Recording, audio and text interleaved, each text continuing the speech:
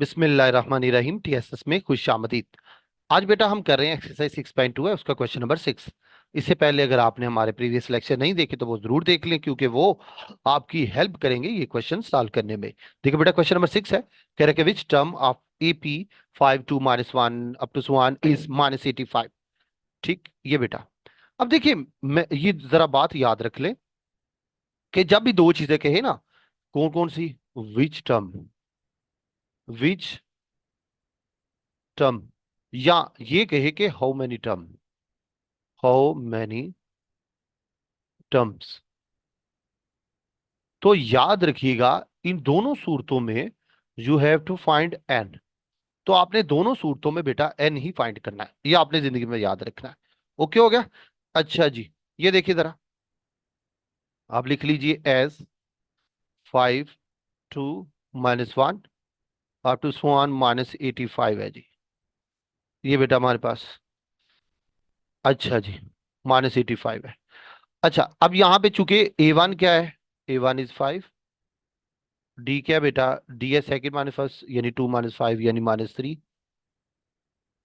और जो -85 क्या है बेटा, this is the last term. Last term को क्या कहते हैं आप, ए एन कहते हैं। ए एन का बेटा तीन नाम थे, एक था जनरल टर्म, लास्ट टर्म, और तीसरा nth टर्म। ठीक है, तो लास्ट टर्म भी चूंकि एन का नाम होता है, तो इसलिए -85 चूंकि एंड पे लास्ट है, इसलिए एन कह दिया हमने। अच्छा, इसका मतलब है we have to find N, इसका मतलब है you have to find N. Okay, अब बेटा क्या करेंगे आप, अब आप लिख लीजिए as A N is equal to A1 n-1 D, put the value and get the answer.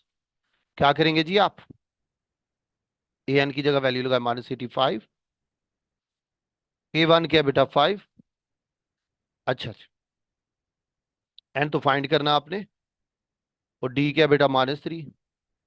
5 को उधर ले जाए, -85 -5, n-1 -3, ये आ गया बेटा -90, n-1 -3, ये आएगा बेटा हमारे पास। अब यहाँ पे कटिंग करेंगे, माइनस माइनस से कट गया, तो ये क्या आ जाएगा बेटा, 3 को डिवाइड करें 90/3, ये आएगा। अब ये कटिंग होगी, 3 3 9, तो ऐसा करने से बेटा क्या होगा हमारे पास, n-1 इज इक्वल टू बेटा 30। अच्छा, एन यहाँ पे माइनस उधर जाके क्या होगा, प्लस 30 + 1, यानी एन इज इक्वल टू 31। तो वो कह रहा था कि ये जो -85 है, ये जो क्या है बेटा -85 है, ये कौन सी टर्म है, तो बेटा ये 31वीं टर्म है, 31th टर्म। ठीक है, तो लिख रहे हैं जी हैंस 31th टर्म इज -85। वो पूछ रहा था कि कौन सी टर्म जो है ये -85 है, तो बेटा ये 31वीं टर्म है। ये बेटा हमने इसको सॉल्व कर लिया। आइए बेटा चलते हैं क्वेश्चन नंबर 7 पे, देखते हैं बेटा हमने इसको कैसे करना है। Let's see. जी बेटा, ये क्वेश्चन नंबर 7 है, इसको भी बिल्कुल उसी तरह क्रम करेंगे। देखिए A1 हमारे पास क्या है जी, A1 इज -2। डी बेटा हमारे पास क्या है, डी बेटा हमारे पास क्या है, D is the common difference, यानी सेकंड माइनस फर्स्ट, 4 - -2 यानी 4 + 2, यानी हमारे पास आ गया 6। और ये बेटा लास्ट टर्म क्या है जी, ए एन है, वो बेटा 148 है। ये बेटा हमारे पास आ गया, यानी A1 भी आ गया, डी भी आ गया, ए एन भी आ गया। इसका मतलब है हमने क्या फाइंड करना है, हमें एन फाइंड करना है। क्या फाइंड करना बेटा, एन फाइंड करना है। तो बेटा आप फार्मूला लगाएंगे वही, A n is equal to A1 + n-1 ओ डी। इसकी मदद से बेटा आप क्या करेंगे, एन की वैल्यू जो है वो फाइंड कर लेंगे। ठीक है, ये मैं आप पे छोड़ता हूँ। बेटा करते हैं बेटा क्वेश्चन नंबर 8, आइए देखते हैं कैसे करना है। बेटा क्वेश्चन नंबर 8 में कह रहा है how many terms are there in AP in which A1 is equal to 11 है, एन इज इक्वल टू 68 है, and D is equal to 3 है। अच्छा, अब बेटा मैंने बोला था कि जब दो चीजें आपसे जब भी कहे तो आपको समझ आना चाहिए कि आपने एन फाइंड करना है।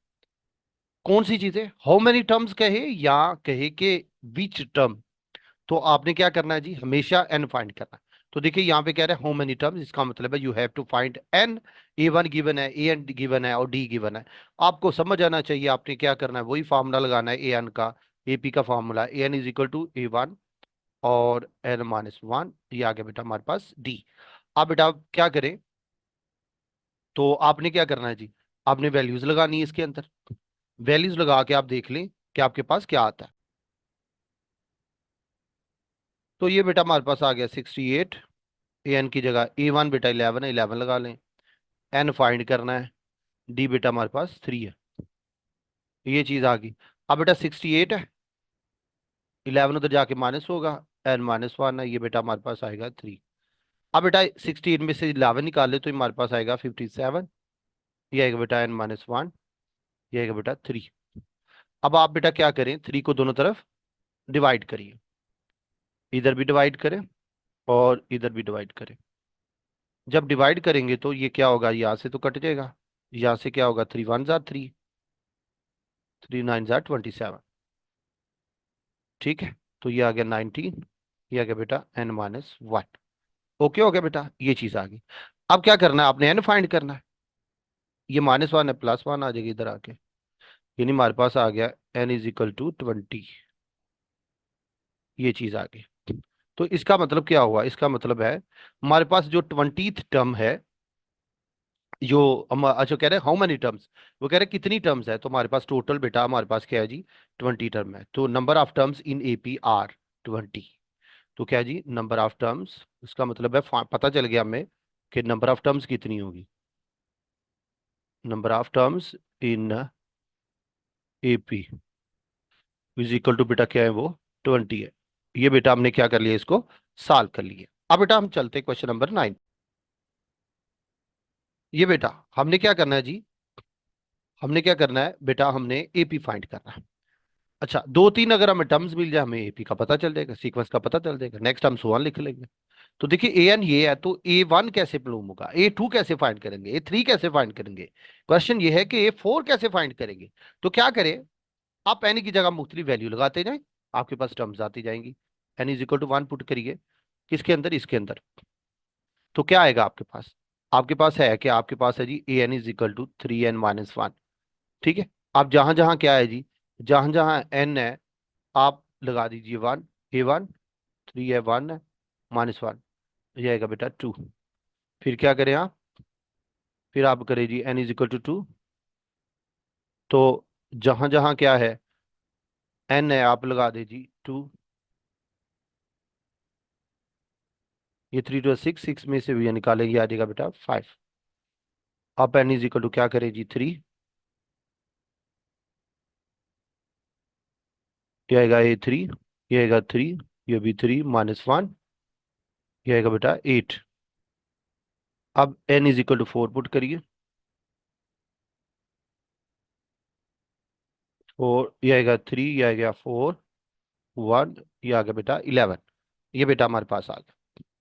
तो इसका मतलब है, तो हमारे पास रिक्वायर्ड जो एपी है वो क्या बना, हैंस और रिक्वायर्ड। रिक्वायर्ड का मतलब है जो हमें मतलूब था, जो हमने फाइंड करना था। रिक्वायर्ड एपी इज, वो क्या बेटा, वो हमारे पास है जी 2 5 8 11 अप टू 1। ये बेटा हमारे पास क्या आ गया, रिक्वायर्ड एपी। आइए बेटा हम मूव करते हैं इसी लेक्चर के लास्ट वाले क्वेश्चन पे, क्वेश्चन नंबर 10। उसके दो पार्ट है, देखते बेटा हमने इसको कैसे करना है, लेट्स सी। ये बेटा हमारे लेक्चर के दो लास्ट वाले पार्ट्स हैं क्वेश्चन नंबर 10 के। कैसे करना है इसको, क्या कह रहे हैं हमें, determine whether -19 is the term of AP और नॉट। वो कह रहे हैं कि जो -19 है, ये जो सीक्वेंस है, ये जो एपी हमारे पास 17 39, क्या ये इसकी टर्म है या नहीं है। तो इसको देखने के लिए आप लिखे जी 17 13 9, और ये जो -19 है इसको एंड पे रखें कि ये है कि नहीं। अच्छा, अब हमारे पास पहली टर्म क्या है, ए1 17 है, और डी क्या है, कॉमन डिफरेंस, यानी 13 - 17, ये आगे -4। और जो लास्ट टर्म है इसको क्या बोलेंगे बेटा, A N, A N is equal to -19, ये आ गया। अब आपको फार्मूले का तो पता है, फार्मूला क्या है? फार्मूला बेटा आपके पास क्या है? फार्मूला है जी as A N is equal to A one है, एन माइनस वन है, ये आ गया बेटा डी। अब ए एन बेटा -19 है, इधर लिखिए। ए वन बेटा 17 है, वो लिखिए। एन जो है वो तो फाइंड करना है। डी बेटा आपके पास है जी -4, वो लिखिए। ये आ गया। अच्छा, 17 को उधर ले जाए, -19 -17, एन -1 है, -4 आ गया। ये बेटा चीज आ गई। अब देखिए, तो ये बेटा हमारे पास क्या आएगा? -36, ये -1 है, ये बेटा -4। ठीक हो गया। आप क्या करें, -4 को दोनों तरफ डिवाइड करें, इधर भी और इधर भी। ये कट जाएगा, ये 9 आ जाएगा। ये आएगा 9, ये आएगा n-1, इधर आएगा 9 + 1, ये आएगा बेटा n, यानी 10 इज इक्वल टू बेटा आ गया n। इसका मतलब क्या हुआ? इसका मतलब क्या हुआ बेटा? इसका मतलब है, ये जो -19 है, ये 10th टर्म है एपी की। ठीक है जी। इसका मतलब क्या हुआ बेटा? कि ये जो -19 है, ये 10th टर्म है एपी की। इसका मतलब क्या हुआ जी? 10th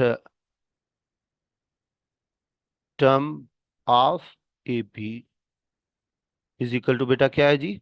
वो है जी -19। इसका मतलब है, वो कह रहा था क्या ये इसकी टर्म है? तो ये बेटा इसकी टर्म है। और कौन सी टर्म है बेटा? 10th term. ये बेटा हमारे पास आ गया। यहाँ पे बिल्कुल आप उसी तरह प्रोसीड करेंगे। देखिए कैसे करेंगे जी। आपकी पहली टर्म क्या है? A1 बेटा 17 है। डी आपके पास क्या है जी? 13 -17 यानी -4।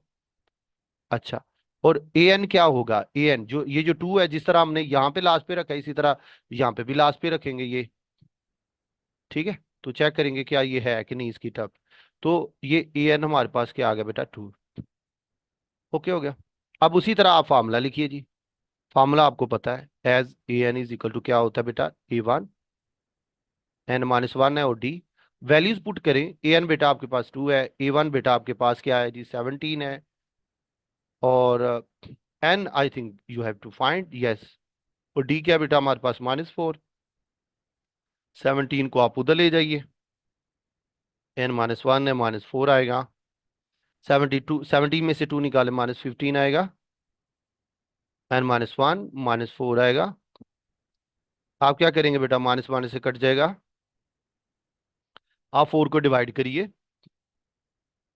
15/4, n-1, 1 को इधर ले आ जाइए,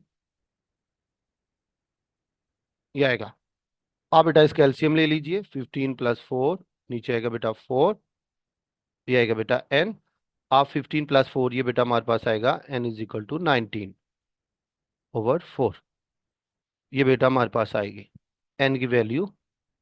आपने पढ़ रखा है एपी के अंदर, एपी की जब आपने डेफिनेशन की थी, आपने पढ़ा था कि उसमें कॉमन रेशियो an होता है। उसको आप डी से डिनोट करते हैं। वहां ने आपने पढ़ा था वेयर, ये बड़ी इंपॉर्टेंट बात पढ़ी थी कि n यहाँ पे नेचुरल नंबर है, और n जो है वो 1 से बड़ा है।